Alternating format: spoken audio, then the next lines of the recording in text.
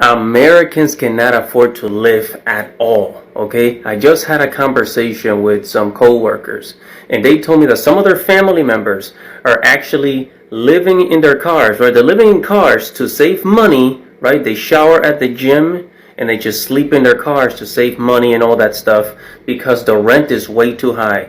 It's like nobody can afford to live. The only people that can afford to live, that can afford food and rent, comfortably is you got to be making like near $1 million, at least $500,000, because even people that are six-figure earners, depending on where you live, they are struggling like crazy. But check this out, these are Americans living in their cars, yo. Making brekkie in a grocery store parking lot.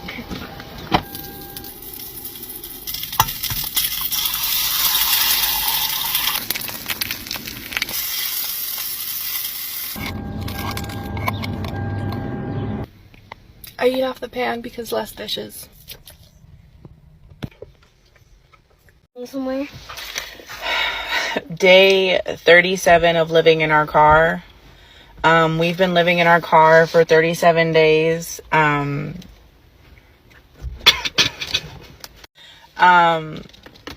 It's been very hard. I shared yesterday that I have moved into my Subaru because I refuse to sign another lease and give tens of thousands of dollars to millionaire property management companies that I hate. Fuck capitalism. So here are some answers to questions that you guys had about how I'm doing this. Question was, where do I shower? I know a lot of people get gym memberships. I haven't done that yet because I haven't needed to do that. I'm in a little bit of a special situation where my family lives pretty close by where I'm at. They're like 40 minutes away, and they live on a boat now. And so I have access to like the marina showers. I just need their key fob. Okay, boom. I've been living in my car since May 13th. About 2 months and some change. Let's talk about it. So I bought this car knowing that I was probably going to have to make a tough decision. I do freelance work and video, and a lot of the money will come in late, as any freelance knows. So how far is this gonna get? Like is this the new lifestyle? Are we gonna do absolutely nothing about housing? Right? Is there gonna be just no affordable housing at all? Like no $500, $700 apartments, none of that. Everything's just gonna keep being more and more and more expensive. Because right now there are about 3 million Americans, and you can Google this, right? You can do the research. Google it. There are about 3 million Americans living in their cars or van life, right? And those numbers are going up because people just can't afford anything. Everything's just way too expensive. Something has got to change. Something has got to snap. Something has got to crack. Okay? We cannot have our families living in cars, dude. Make sure to subscribe to the channel. Leave a comment. Tell me what you think.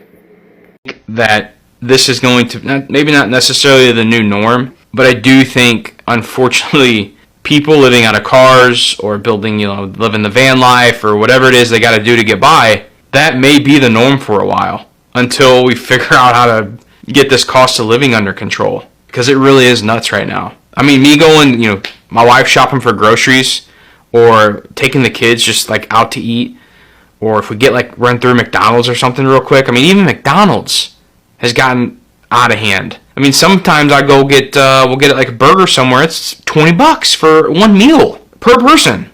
That's wild.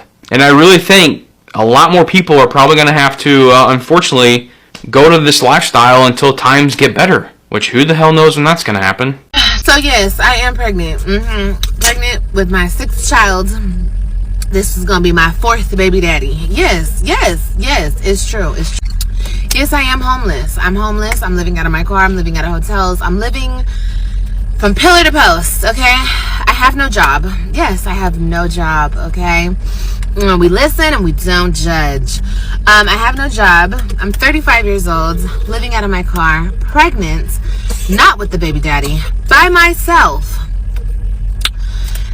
Could life get any worse? Possibly. I mean, I could step out tomorrow and get hit by a car.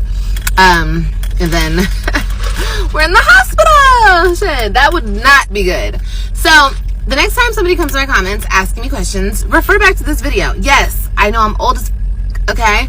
Got a hell of a lot of kids. I'm homeless. And I'm broke. But guess what? I'm still alive and I'm living and I'm grateful and I can see and I can hear and I can smell and I can enjoy my babies. And I'm living and I'm healthy. I have my health. So yes, it's hard. My life's a mess. But the great thing about being at the bottom is the only way is up, huh? After Trump fighting to make America great again, it has resulted to millions of Americans living in their vehicles because of high-cost housing. A quiet crisis spreading across the country from California to Florida as ordinary people choose the front seat of a car over the price of a studio apartment. They didn't plan for it, but the economy forced them into decisions they never imagined. Across the West Coast, long rows of vans and SUVs line the edges of supermarket parking lots. Inside them are people who still have jobs, who wake up early, go to work, dress well, and keep their situation hidden. Many say the same thing. The rent has become impossible. A small apartment now costs more than their monthly salary, while car payments and fuel feel cheaper and predictable. Some Americans prefer their cars because they feel in control. In a car, nobody can suddenly raise the rent or evict them. They can move from place to place, stay near work, or relocate if the police patrols become too strict. For others, it's privacy. Even though the space is small, it's theirs. No roommates, no landlords, no inspections, and no fear of debt collectors at the door. In cities like Phoenix and Austin, entire communities have formed in parking lots. Families cook on small stoves outside their trunks. Workers hide their bags behind tinted windows. Many say they'd rather endure these conditions than fall into loans they can never repay. They see housing prices rising faster than their wages, and car living feels like the only option left. Meanwhile, companies selling used vans, RVS, and even old school buses are reporting huge demand. Some people convert their vehicles into tiny homes with mattresses, curtains, generators, and portable fans. What was once a temporary solution has now become a long-term lifestyle for thousands. One woman in Colorado sleeps in a Honda Civic every night after her shift. She says she chose the car to avoid working 3 jobs just to pay for rent. Another man in Georgia says he lives in his truck because he wants to save money for his child's future rather than handing everything to landlords. Many stories sound like this. Americans trying to survive, trying to save, trying to avoid drowning in bills. The roads have become both shelter and struggle. Some cities allow overnight parking quietly, others chase car dwellers away. But the numbers keep growing and more people join each month. They say they aren't lazy and they aren't homeless in the way people imagine. They are working Americans who simply cannot afford a roof. And as housing keeps getting more expensive, more people choose the same path. Keep the job, keep the car, cut the rent, and hope for better days. For them, the vehicle is not just transportation. It has become protection, stability, and the only space they can still control. Thanks for clicking to watch today's video. America, the richest country on earth, has thousands of hardworking people who are living in cars, and not because that they want to, but because they can't afford rent anymore. The economy of America has crushed them, and we have seen families, single parents, veterans, all of them have opted to live in cars because they can't afford rent anymore, and America has turned their backs on them, and this is the reality that they don't want us to talk about, and today we are talking about it. So we do not own the rights of this video, they belong to the original owners of the video. Let's dive in and listen to what people have to say about this. We never stopped, it just evolved. The government requires you to be a slave to them in order to rent an apartment. You could have money, you could have, for example, $10,000 cash, but you still will not be able to get a place to live unless you have proof that you have been a slave to the system, pay stubs, bank statements, proof that you work a certain amount of hours. If you are not making money for the government, then they don't want you. They don't want to help you, and they see you as a burden. The system is set up for rich families. If I had a cosigner, I would be able to get a place to live, but I had no family or friends to cosign for me, so I've just been navigating this kind of by myself, and I spent my life savings on this vehicle so that I didn't have to sleep in my car or outside in the park. But the government doesn't believe you guys will fight back, and they're trying to make you so tired that you won't fight back, or you will become so rageful and you won't think straight, so you'll get yourself in legal trouble, and then once you get locked away, you can legally be used as a slave. It says it in our amendments. When you get arrested, you can be used as a slave, like legally. It says it in our amendments in very little font. So at the end of the day, it's all about the elites using the middle class and the poor as their workhorses. I always try to tell people you will never get rich working a 9-to-5 job because the rich never got rich that way. The rich are telling you guys, go work a 9-to-5 job and you will be like us. But they really got their money from generational wealth, slavery, funding wars. The reason inflation happened and you guys need to be making more money for your rent and for your gas is because they're giving money to the wars, because the rich elites of our country make money by funding wars, by trading missiles and trading weapons and stuff. So that's why they need you guys to work extra hard for them right now, because you guys are helping funding the war. Meanwhile, many of you are getting angry, rageful, getting yourself in legal trouble because you're tired, you're exhausted. You're needing to depend more on healthcare because you're sick now and you're getting overworked. No humans should be working this much. Never in history have we before. The funniest thing is, right now I'm homeless living on the side of the road, but I'm making more money than my grandma was, or my grandparents, my mother, like back in the day. Their rent was like $300, but they're going to tell us that they worked just as hard as us and that we're the bums and we're lazy because they're not going to own up to the mess that they made. And they don't care anyways because they're not going to be on earth for much longer. So we're going to be the ones to deal with it, and then our children. But you guys just have to realize it's about slavery. It's about power and control. It's about feeding the elites, feeding the rich. They don't care what happens to you. They see you as ants. If you pass away, they will replace you with a new employee. They really don't care. You're just money.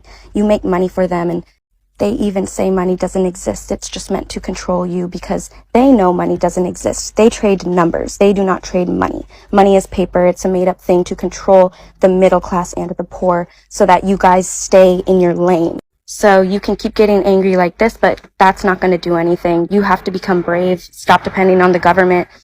They control you with fear because they think that you need them. They took away our human instincts, so you don't think you can hunt for food or make your own house, but you think you can make money to pay somebody to do it for you. And that's where they have you, because you don't know how to be self-sustainable anymore and you need to rely and depend on them. When at the end of the day, we have trees we can go cut down and build our houses. We know how to build a fire. I grew up in a town where hunting is a thing every season. We hunt for deer and turkeys. But they have you fooled thinking that giving away $2,000 every 30 days is winning. When at the end of the day, not paying rent is winning, dude. I don't pay rent. Literally, I've never paid rent in my entire life. I tried, but they didn't want me to because I didn't qualify. So now I've been learning how to live in different ways without the government. And they hate me for that. But in these next couple of years, you're going to see van life, RVs, trailers all over the place because some people want to be free for the little time that we have on earth. We don't want to be working our young lives away for corporations that don't care about us. At the end of the day, people need to stop paying rent and fueling the rich and the elites, but that's not going to happen. So, get it how you live it while you're on earth. Try to enjoy your time while you're here and just try to wake up to the fact that money and material items really aren't all that.